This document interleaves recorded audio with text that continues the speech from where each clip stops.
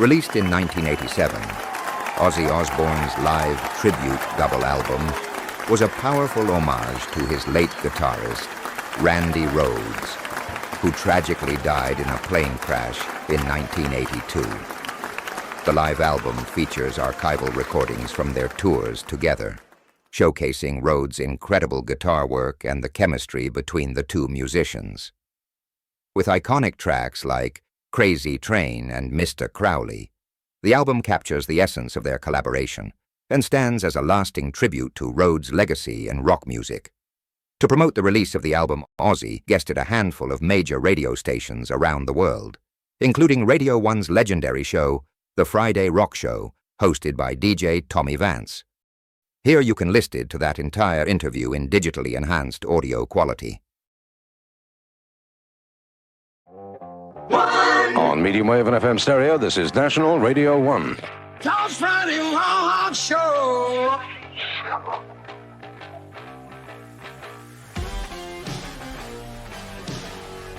Well, hello there. This is TV on the radio. Thomas Vance, the music vendor. Welcome to the Friday Rock Show.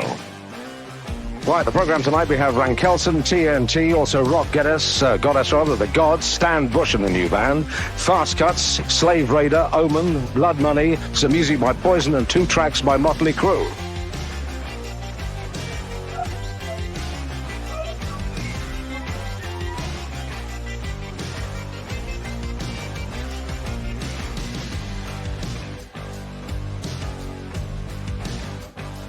And not only that, we have a very special guest on our program tonight who's absolutely live. He is the new executive producer of the BBC's classical music department. And he's also thinking of, well, just taking the place over. Which, frankly, I hope he does for as long as he wants to stay in this program. Welcome to the Friday Rock Show, Ozzy Osbourne. You had to start. It's good to be here. It's nice to see you. It's great to be here. I mean, I've been flying all over the place just lately, you know, promoting this new record I put out. You know. It's kind of, I don't know where I am. Where I am is kind of like, I'm here one minute and gone the next. So it's good to be back and it's good to be here. This is the second time you sat in the studio today because you did what singled out earlier on, didn't you? Yeah, that was kind of a trip actually, because it's like I don't really understand the music, what's going on in this country most of the time, because I'm in America so much. Yeah. What sort of music did they play? Was it all pop music? Kind of some strange, some weird stuff, you know. Yeah. Anything that really, singled out? No, one I can't remember her name now, a chick singer. Yeah, some lady singing. But other than that, not a lot that tickled your fancy at all. Okay, well, let's tickle everybody's fancy with this track. It's from the new double album. You know what it is immediately. The album is called Tribute. It's a double album. It's just been released here in the United Kingdom. It's doing well in every other territory it's been released in as well. It's by, of course, Ozzy Osbourne, and it's called Tribute because it is a tribute to the guy who plays guitar on the track, and in fact on all the tracks, so I'm told, and also co-wrote that song called Crazy Train. Ozzy's live here in the studio. Do you remember when you first put that song together, where you were? Yes, we were writing in a place in Monmouth. At Rockville Studios. They've got a house there, from the Sabbath era. They let us. We used to do the rehearsal with Sabbath, so they let us go down again, you know. Yeah. And it was like we'd get up in the middle of the night and start jamming around. And we wrote that I Don't Know and Goodbye to Romance within about a week. It was like the birth of a new thing, because at the time I was very depressed after leaving Sabbath, you know. It's a classic now. Oh yeah, it's like. It's like Paranoid was with Sabbath. It's just like my anthem with Ozzy now. If you didn't play it live, I think people would be well disappointed. It's now they sing along with me. It's like when it comes to the chorus, I get all the crowd. It's great to get all the crowd to sing the chorus along with you. Yeah, I noticed that at Donington. Yeah, it's great. It's an amazing sight looking out from the stage into that massive audience at Donington at that time of night when you were on. It was an amazing sight. I don't know if audiences know what it looks like from the performance point of view. From the performance point of view, it's kind of scary, because the time before when I did Donington with I think it was AC/DC and what was it? What was the other band? Oh, I can't remember. AC/DC. I remember giving you a gold record on stage. That's right. It was a different thing when I headlined it myself, because I'd just flown straight in from the States again, very tired, very weak, and all that. But it was kind of I didn't know whether it was the same, you know, last time I played there. It's like weird. Because like that magic either turns on or you don't feel it turn on. And I'll come off stage some nights and people say, Ozzy, what a fantastic show. And I might be feeling, was it? You know, because it's like all the excitement of the lights. And, you know, I like to see the crowd, I do. I always try and have crowd lights shining onto the crowd's face. And when it's dark, you can't see them. It's like playing into a blackness, you know, so you can't get that vibe off the audience. But you certainly hear them, though, don't you? Oh, yeah, yeah. It's a remarkable feeling. I'm going to play you something now by a band you might know nothing about. I'd just like you to sort of comment on it afterwards. They're called Rankelson. The band are called Rankelson. They come from Wales. I'm told from somewhere near Cardiff. It's a track from their second album. They acquired a new drummer last week. They've been together for about 3 years. They do lots of gigs, and they're getting themselves rather a pretty good reputation all over the place. Rankelson. The album is called The Illegitimate Children of Rock and Roll, but it's spelled with a B, and the track was called We Are Crazy. Ozzy Osbourne. Actually, when that was playing, you said something that I feel exactly the same way about music, you know. It's like when I first hear a record, I really don't like to pass comment on it, really, because it takes me about 5 or 6 listens to digest what's going on, you know. So on the first hearing, I think it's okay. But it's very difficult, and I don't want to put anybody down, so I'd rather just say, you know, it's okay, you know. It's also, I think, sometimes horrible to deflate people's ambition. Sure, but you know, I know what I still don't forget what it was like to start off. I mean, I started off twice in my career, once with Black Sabbath and once solo. Yeah. And it's very scary when you think, are the people going to like this? Is it good enough and whatever? But all I can say is stick at it, guys, you know. I mean, you know, don't listen to anybody else. And another thing is that metal in this country gets put right at the back of the... Back of everything. Back of everything. And yet we pull the biggest crowds at festivals, and yet we all have a good time, you know. Yeah. And like, let's face it, metal started, as far as I'm concerned, in this country. And yet it's like America now seems to have glammed it up and made a big thing out of it. You know, but it's like, when you consider, like, I've been doing it now 19 years and I'm still going as strong as ever, in fact, stronger. Stronger. You know, it's encouragement for people out there who are starting off. Just get out and go, you know. One thing what happens, what I don't believe in is record companies will say, we need a hit single, you got to get commercial, you got to get a pop song. Yeah. So I say, screw that. Do what you want to do what your heart tells you to do, and get into it your own groove, you know. This is a choice. The choice of the man, one of the choices of the man who's our guest.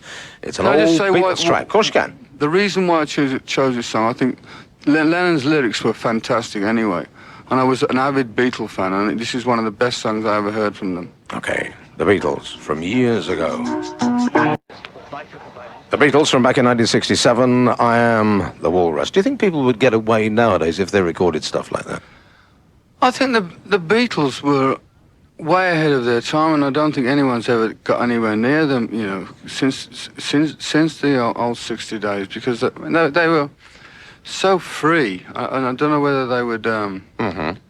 You wanted to see what's on the B-side, just Hello, Goodbye, do you remember that one? But they were just unique, and I think, you know, it still shows in their music today that, you know, to me anyway, I mean, I know I'm a lot older than a lot of the guys who probably listen to the show tonight, but they had something special about them. There was like Paul McCartney, there was the sweet, and Lennon that was the sour, which was a great combination. Was there any sort of combination like that in Sabbath? No, Sabbath was just, we came from the latter end of this sort of flower power, and we were bitter, hard guys that were living in Birmingham. And we decided that it wasn't all flower power and pennies in the rain and all this, and, you know, silk shirts with frilly collars. We had no trousers on our backsides, and we were walking around barefooted, and our mothers used to say, get a proper job like everybody else, and we used to defy. We just went out like, I suppose it's true to say that we were the original punks, you know. We just didn't give a damn. I remember doing a gig at the Marquee, and I turned up with a hot water tap on a string, a pyjama jacket, denims on with my knee and my backside hanging out, no shoes. And the guy that ran the Marquee said to, I think it was Rick Gretsch, one of the guys from 10 years after got us the gig, and he says, if you bring these guys back again, tell the singer to have a wash.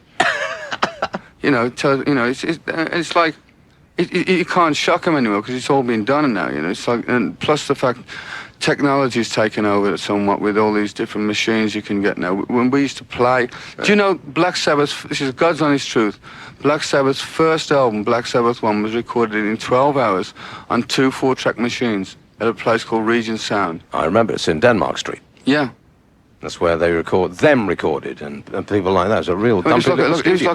Like now you can buy things from a radio shop, the quality is 10 times better recording, but it still sounds good to me today. You know, that's where the Animals used to record as well. I didn't know that. Yeah, they did. You wanted to say hello to somebody? Yeah, my mum, my auntie Ada, and my dear old grandma. Hello, Mum. God bless you. Love you. Where does that part of your family live? In Redditch.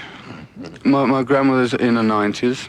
I don't get a chance to see them very much, but she knows I love her. They all know I love them. Do you get home a lot? You don't? No, I'm working like a, SOB all the time. Is it true that you were on a plane recently and bought everybody a drink? Yeah, we took a flight from Florida to Boston, and it was a terrible turbulence, and everybody was panicking. And I had a little slip on the alcohol, and I asked the stewardess if I could sing Crazy playing over the intercom. And the plane was waving around, and it cheered everybody up because everyone's frightened of coming down in them things, because them tropical storms goes wild, it goes all over the place. Certainly do. And they all cheered everybody up, and everybody was singing along. We all cheered everybody up, and it was a good flight then. And then is it true that, as the story went that I read in the paper, that you then went round with a hat to get your money back? To No. They gave me the money back because the drinks were crap. But the singing was good. Yeah, we had a good time.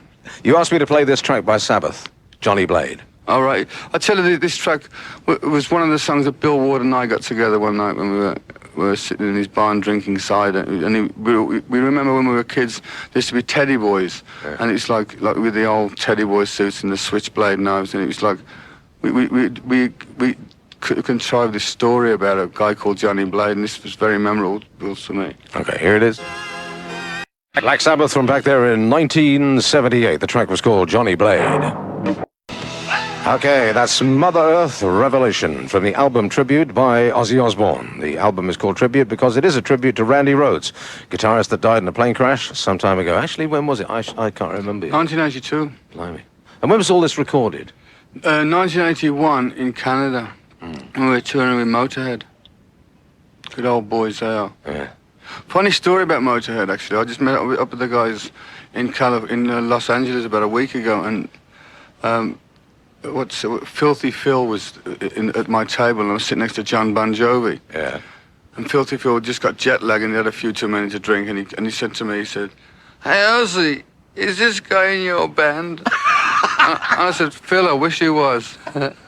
I love that. Because he's joined them again, hasn't he? Yeah, it's good to see him back. I said to her, Lemmy, do you think you'd ever get Eddie back to get the original? Because the original lineup to me was the best lineup, To me as well. Because that was Motorhead. No disrespect to the people who are there now. And Lemmy says, why go backwards? Which I can't blame him on that. It's like people say to me all the time, do you think you'll ever get back with Sabbath? Yeah. And the answer I give is, why go backwards? Well, you did for Live Aid. Well, that was only for a special thing, and I realised how not untogether, but how futile it was to ever try and get that spark back again, because that obviously gone their own ways, and it wasn't the same feeling anymore for me. Do you have any relationship with them at all? I'm very good friends with Bill. I'm very good friends with Geezer, but I never ever hear from Tony. I don't know what I understand. He's gotten a new album together, and that's about as far as it goes. Well, he had that album out. I think it was last year. It was a bit spotty. I don't really know. I mean, all the water's and the anger's gone with the water under the bridge, and if he does well, God bless him. I mean, I think if anybody deserves a break, it's the guys out of Sabbath, because we give so much for so many years. We got ripped off and all the rest of it. And I understand that Tony's now gone back with the original manager, which I don't know whether it's a good move or the bad move. He used to be on a record label called WWA, didn't he? Yes. Worldwide Artists? Well, yeah, Worldwide. It should have been WWR, Worldwide Rip-Offs, Because he didn't come out with a lot, did you, at all, in that era? I'll put it this way, I used to wear a mask to go to the Dole office. P45 or UB40 and all. Yeah, but it's tragic, We sold a lot of records, and we didn't ask for, everyone was supposed to have a fair share, but it was like, we thought it was like 10 for them and the rest for us, but it was the other way around. It was like plus everything else was going out of our share, you know. So suddenly I got into London one day and I see the manager moves his office to sort of NEMS Records, and I'm still driving around in a VW van, you know. And it's kind of... But it's a different situation for you now because your totally wife is your different. manager. My wife's my manager. She's the best lady in the world. I love her to death. Then why do you keep sending her your hair? I mean, you keep cutting your hair off and putting it in a shoebox and sending it back home to the wife. When we're a bit older, we're going to start stuffing sheets, stuffing pillowcases, and selling Ozzy Osbourne bed cushions, you know. Quilts. Quilts, yeah, that's it. With Ozzy's natural hair. Actually, your hair is your own at the moment, isn't it? Yeah, have nightmares with Ozzy's hair. That photograph of you as a sort of monster. Yeah. That great makeup job that was done. Good fertilizer we used that day. Yeah, I bet you did. How long did it take to put it on? That makeup. I think it was 7 hours, which is a pain in the you-know-what, you know, to sit there and all this guy paints. It's the glue that gets you. It's like when you imagine there's somebody putting like wallpaper paste under your armpits and you're like, your own hair sticks to the false hair and it's like, you feel like going like, it's like jumping into a vat of treacle and being thrown into a vat of feathers. It's like being tarred, it's like being tarred and feathered. Oh, do you think that it helped to sell the album? No, I think it was just, I always try and put not so much a gimmick, a bit of a sort of showcase with it, because I mean, I'm crazy enough to do anything, you know. I mean, whatever it may be, as long as, I mean, I'm in the industry of shock value, and I think, I mean, from what I invent, a lot of people spin off, and I feel like the innovator of a lot of people doing what they're doing today, you know. It's like, plus the fact I wasn't my first person to do it. I mean, Arthur Brown was setting himself on fire well before me, and Alice Cooper was like beheading chickens and biting snakes and all that well before me. It's just that I happened to happen at the right time, you know. And you're a showman. Sure. You've asked me to play a Bon Jovi track, and I'm going to. If I don't play this Bon Jovi track, guys, my daughter will nail me to a tree tomorrow. And it's like my day off tomorrow, so really, I don't want to be nailed to the oak tree in the garden. So, living on a prayer for my daughter. Bon Jovi, Living on a Prayer, especially for Ozzy Osbourne's daughter, who's listening, I suppose, at home. Yeah. By the way, when I met him the other week, it was the first time I ever got a chance to speak to him, and he's a really, really nice guy. And he's really well worth seeing at Castle Donington, because I saw his show out there in California at Long Beach Arena, and he is fantastic. They're a good band. Great band, and all the best for them, you know. Yeah. What about you? I mean, when are we going to get to see you? When are you going back on the road again? I know you're on the road at the moment promoting the album, right? Well, Jake Healy's no longer with me. Since when? Since about a month ago. I'm looking for a new guitar player, so if anybody out there thinks I can cop the gig, send the records, the tape and the photograph into CBS Records London, and I'll listen to the tape. It wouldn't that be good to get a good English guitar player, wouldn't it? It would. And I'm auditioning, and as soon as I get the guitar player, I'm writing. I'm also making a movie in the summer, which is called, I think, Fading Star, which will take me 10 weeks. But I hope to be on the road again in the middle, either the beginning or the middle of next year. And I'm going to, because it's my 20th year next year, and I want to put a big show on, you know. You never lose your enthusiasm on stage. I asked my missus, who, believe me, my wife is one of your biggest fans, and I'm sure that's a remark you've heard before, but it's true.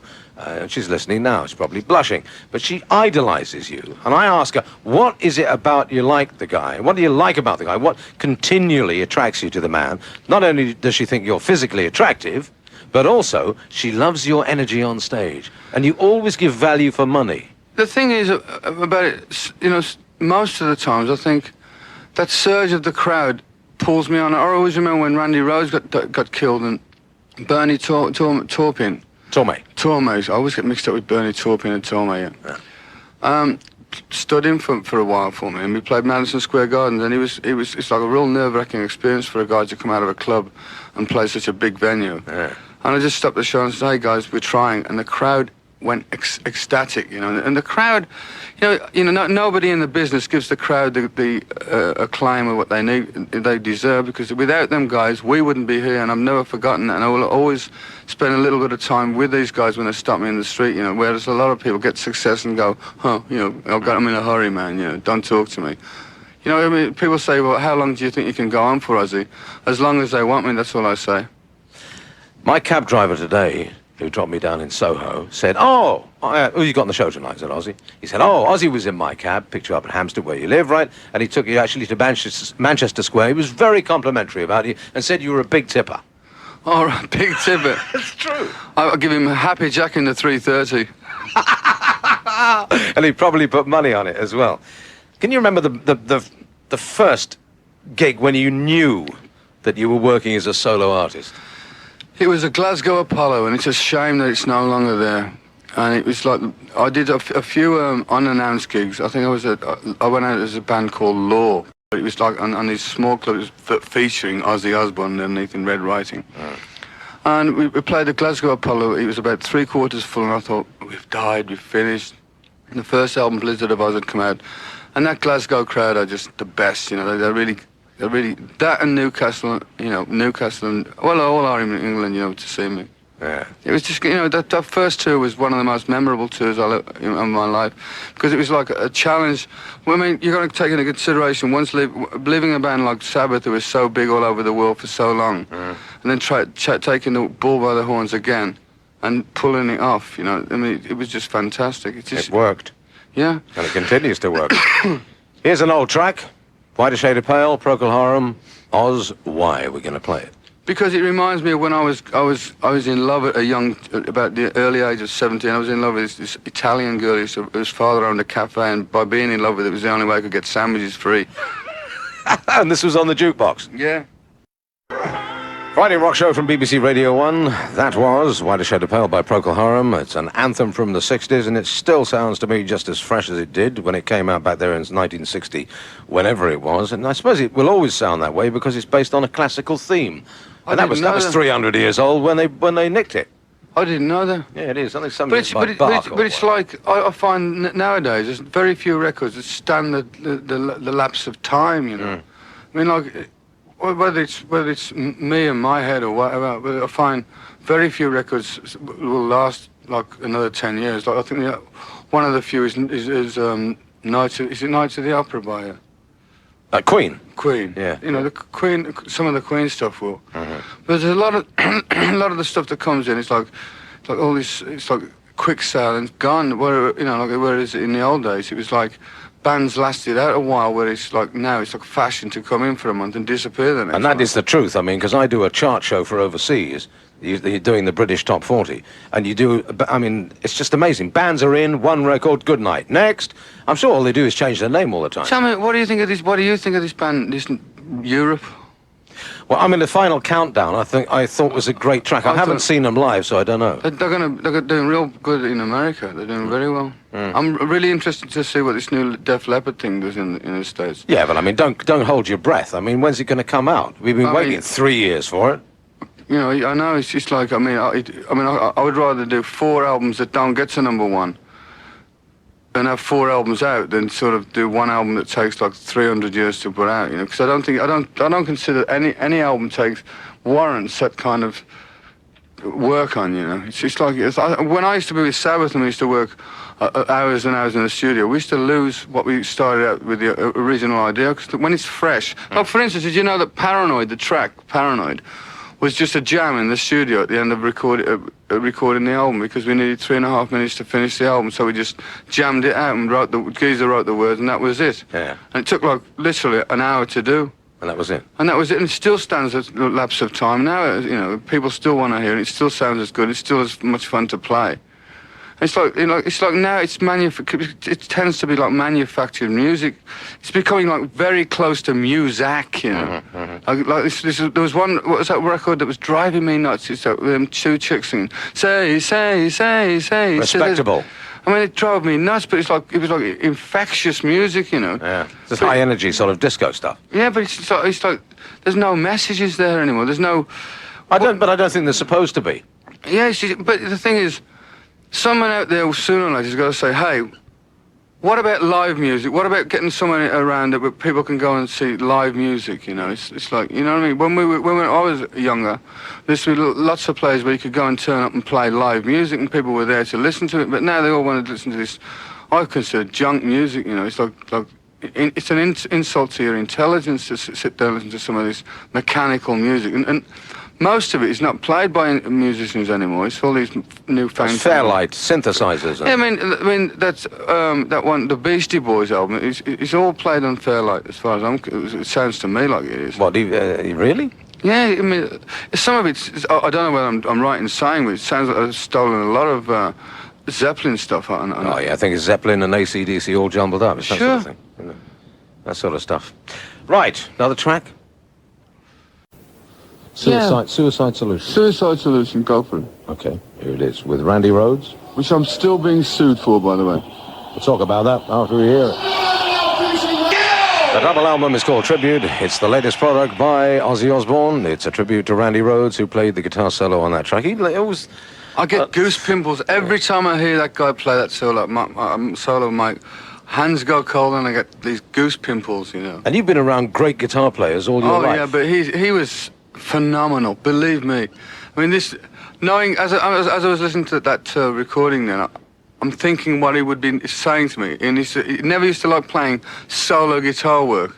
Because he always had a thing about he wasn't as good as anybody else. And I think I used to say, what are you talking about, Randy? Why don't you just play, man? That's what they want to hear you do, play. And he said, well, man, I don't like to do it. I said, play, for Christ's sake. And I honestly believe, from the bottom of my heart, had he lived, he would have blown the face of the earth off now. I think you're right. He was only, what, 23, 24? 25 when he died. I've always had this dream about him, Gary Moore, and Van Halen, swapping solos. Oh, I mean, you're talking about three different guitar players there. I mean, Gary Moore is a great guitar player on his own anyway, but it's a totally different style. I mean, Gary Moore's more like a Jeff Beck player, but... I mean, Randy Rhoads was like an original person. I mean, one of his biggest influences of all people was the big guy from Mountain, Leslie West. Yeah, it was one of his early influences, and he was. See, Randy was a very dedicated musician, and anybody who's out there is listening to this show tonight and they play guitar. What Randy Rhoads' his theory was.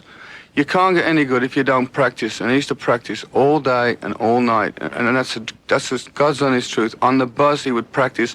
When we had days off, he would have guitar teachers, and you'd find that hard to believe, thinking that he's with a happening band that's selling records like crazy. He would have classical guitar teachers or whatever guitar teachers he could find at the Yellow Pages to come round to his hotel room and give him lessons, because he realised that what he had learned was only what he'd learned, and he wanted to learn more.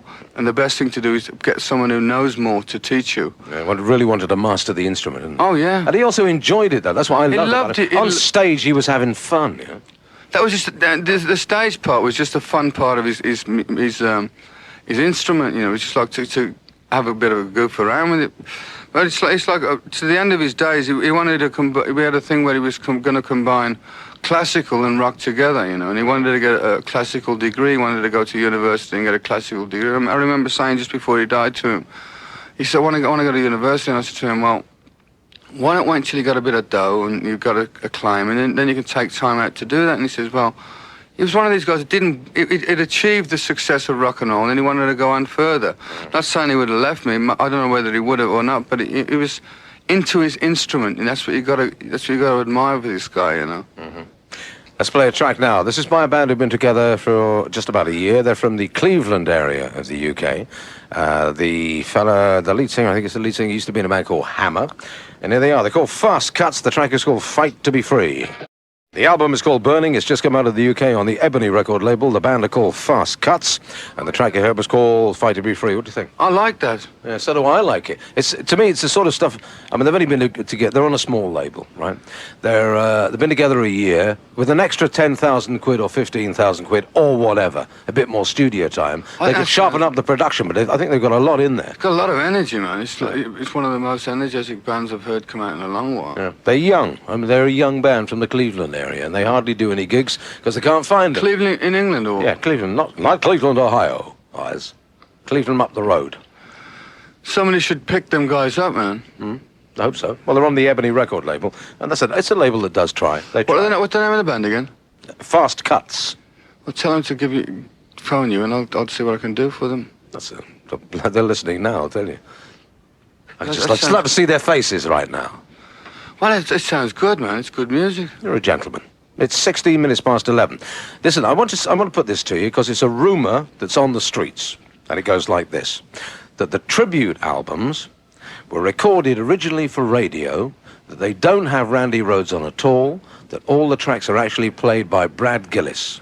That is a rumour on the streets. Total load of cobblers. Absolutely. That is Randy Rhoads playing. It was recorded in Canada. Most of the show was recorded in I think 2/3 was in Montreal, I think. There was skits and scats of other shows in Canada, but I can honestly, I wouldn't do that. What would I want to do that for, you know? Well, I don't think you would want to do it. Mrs. Rhoads oversaw the finished thing. I mean, she wouldn't allow somebody else. That's not Brad Gillis. You're giving Brad Gillis too much of a credit there, you know. You know, I mean, you listen to the live album of...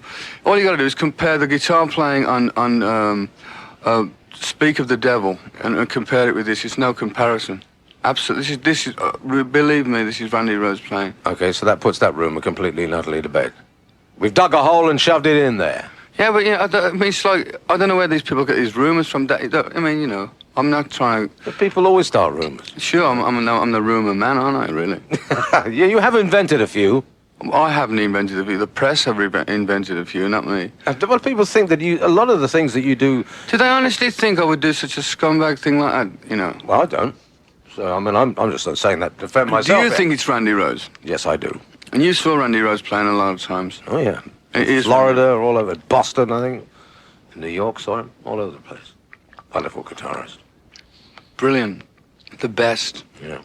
So you haven't got a guitarist now. Have you got any, and is there anybody else in the band, or are you just going to... I've got Phil Susan on bass, Randy Casillo on drums, and I'm working with John Sinclair from time to time. But, you know, it's still there. I'm still doing it. I'm still... See, this time, what I'm doing now is I'm taking my time, whereas... See, because not only have I got to find a good guitar player, I've got to find somebody that I can live with as well, because, you know, ego battles get... I mean, when you take a kid off the street and give him a stardom role, their egos come, like, bigger than, you know, the front of Selfridges, you know, so it's like out the back door for me. It's like I don't want to know all that, because I lived with that ego trip for, like, 11 years with Sabbath, and I can't deal with it anymore. Yeah. Like, what do you think about this tone? I want to do a solo album. Well, put it into the band. You can see what the band like. Well, and you feel such a dummy. The beauty of Randy Rhoads was, whereas with Sabbath, I would say to Sabbath, "Well, I've got a great idea. What do you think of this?" And they'd go, "Well, you know," they'd laugh at me when I come up with like, "I don't play an instrument," so I'd like, "Da da da da." And where Randy would sit down for hours and work it out with me, you know, and it worked. It worked for the better in the end of the day, because, you know, it worked out, you know. Right, he was a collaborator. Sure. What you need. I was just a singer with Sabbath. Yeah. Yeah. An idiot, as they call me. I don't know. But I've proved my point in the end of the day. You certainly have. We're going to play a track now by Free called All Right Now. You said get it out of the library. We did. It's on the turntable. They were around when we first started, and it was like, this song to me is like one of the all-time greats as well. Free. And a classic. The choice of Ozzy Osbourne, who is our guest here on the Friday Rock Show. At 23 and a half minutes past 11, you get about more than most, and you suffer for it, because it's hard work flying back and forth. We've been discussing this, and it really is. People think it's all glamour, but it isn't.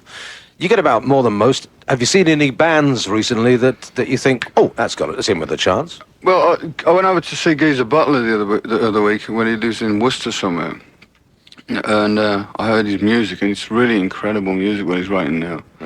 And I just hope he can get a deal soon, because he's having a problem with getting a deal, because most record companies in England do not want to sign heavy metal bands, you know, and it's a real shame, because they're missing out on a lot of good music there. And he's a real good bass player. He's one of the finest bass players I ever worked with. And it's just called what, the Geezer Butler Band? Geezer Butler Band. It's a shame, because he's written about 25 songs which nobody's heard yet, you know. He's been signed to Smallwood Taylor for a long time, and that's, you know, they ain't got him a deal, they're morons. Smallwood Taylor, incidentally, are Iron Maiden's managers, right? Just yeah. People wonder who we're talking about. Rod Small Wallet, they call him, don't they? Yeah, I don't know. I don't know much about him. I don't don't know much about him at all. But I think Geezer, you know, Geezer's like, he must be getting so frustrated now, because I know what it's like in that position to sort of leave Sabbath and want to get one out on the road, you know. Even if you don't make it, it's one out, you know. That's right. At least you remember the chance of being heard. Well, tell him to send us a copy of the tape. I sure will do. I'd like to hear it. Honestly, it's really, really good stuff. Okay. It's fantastic. I mean, I said, what are you doing, man? Why don't you get it out? He said, well, I can't, you know. Nobody wants to know. If you lost... That's the trouble. Yeah. With England, you know, that heavy metal has such a hard time getting through here. Very difficult. I mean, that's the thing. What I get annoyed about being branded as heavy metal. It's just all music, and as music goes, it's all deserves a chance to get heard. You know. Well, I mean, people still don't believe, who haven't had the opportunity to go to North America or to Australia or wherever, that there are radio stations in cities in North America, New York, Los Angeles, San Francisco, Seattle, where you can hear rock music 24 hours a day. Or folk, or country and western, or classical, or reggae, or talk, or anything. But it's such a difficult thing to get it across over here. Right.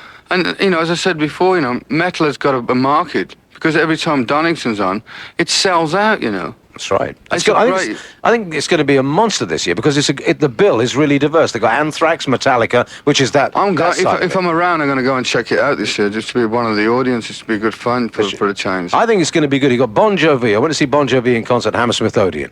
45% of the audience was female, and good-looking females, I might add. Yeah, right, so that's a different heavy metal audience, or so-called heavy metal audience, or what? But there's nothing like the British Army, when the army gets going with the flags and all that. Yeah, but I wonder if Donington this year is going to be the Anthrax, the Metallica, right, and the Bon Jovi, and everybody really getting it together. Well, it's like, I always think that when you go to a festival, you see who you've gone there to see, and then you just have a good time the rest of the day. But that's the beauty of a festival. That's true, but I'm not going on the stage.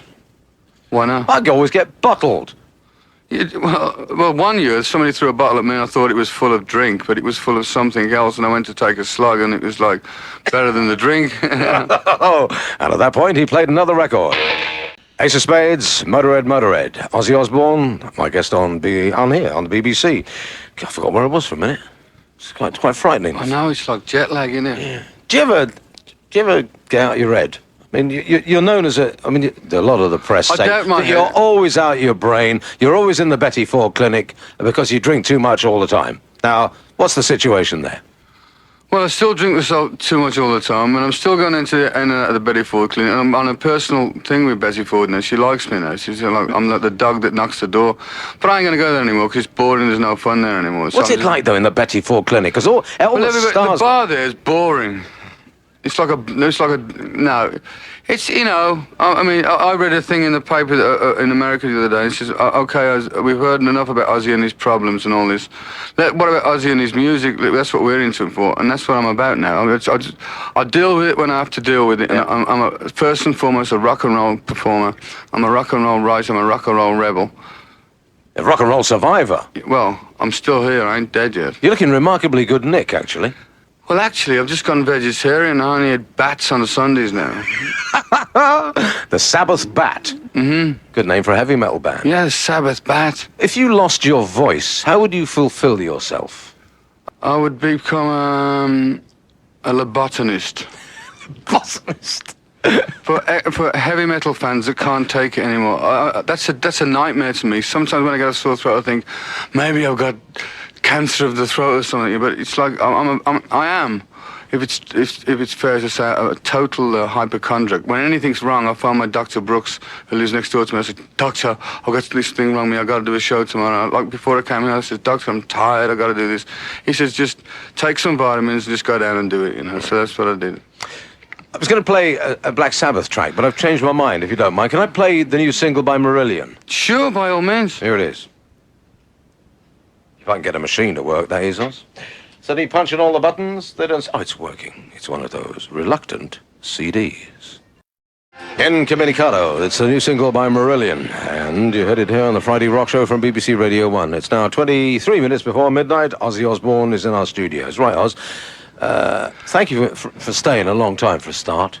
Well, it's my pleasure. Can I just add one thing? Anything you like. If anybody out there is an old Sabbath fan and they want to hear Geezer Butler's music, why don't you send a letter to Smallwood Taylor, that's just Iron Maiden's management, and say, hurry up and get his record out. Because it really is, honest to God, it's fantastic music. It really is. I mean, it's so refreshing to hear somebody coming out with such good stuff. I don't know what's going on there, you know, but it doesn't seem to be going anywhere. He's getting kind of bummed out by it, but just, we want Geezer, man. Okay. Wind them up. Yeah, wind him up, get him off the backside and get his record out, you know. Okay. I hope he sends me a copy of the tape. I'll definitely get you a copy and you see, it's brilliant. I'd like to hear it. You got 2 minutes, or about 2 minutes. I mean, is there anything that you want to say? I mean, I'm asking you questions all the time. I just want to say that it's been a pleasure being here tonight, as always with you, Tommy. And it's great, you know. And I don't understand why they throw bottles at you when you go to Donington, because you're a nice guy. I mean, I think you're one of the few people that keep our kind of music alive in this country. I think it's more a sign of affection, but it hurts. Especially a Guinness bottle, dude. Ain't that the truth? But actually, there's one of the greatest things I've got in the archives, and it's something that we can never, ever use on the air, and I can't actually say what it is 60-odd thousand people at Donington, recorded 24-track, all singing, Tommy is a masturbatorial character. Do you know what I mean? Yeah, it begins with W, you know. It's absolutely unbelievable. I mean, well, why? Stereo spreads great. I don't understand. You see, the thing is, I mean, I'd get kind of bummed out by that, because... I think it's a compliment. I don't. But then I'm perverted. Oh, yeah, that's right. That's why you're wearing that pink dress. Thank you very much indeed. Get back on a stage. Give us some live stuff just as soon as you can. As soon as I can, I'm going to do it, you know. It's like, but it's like, this time I'm going to do it real proper, because before I've been rushing around. Now I'm going to do it. I'm going to come up with a new band, a new energy, you know. I want to get that energy back, because at the end of the last tour, my energy level was kind of low, because it wasn't working with internal problems within the band, and it's like I've sorted that out now. Now let's get on into the future, because I'm going to come back with a vengeance. Right. I wanted to play Symptom of the Universe, but you said no. Play this instead. Why? Because I mean, it's one of the songs that Geezer and I got together in the old days. This is him at his old stage, and you can imagine what he's like now. I mean, the guy is a genius. He used to write all the lyrics for Sabbath. He's a great lyricist. His new lyrics are superb. His new music is absolutely brilliant, and God only knows why he's not got a record out already a year ago. You ought to be an A&R man. No, I'm not an A&R man, but I've known him for years and years, and I mean.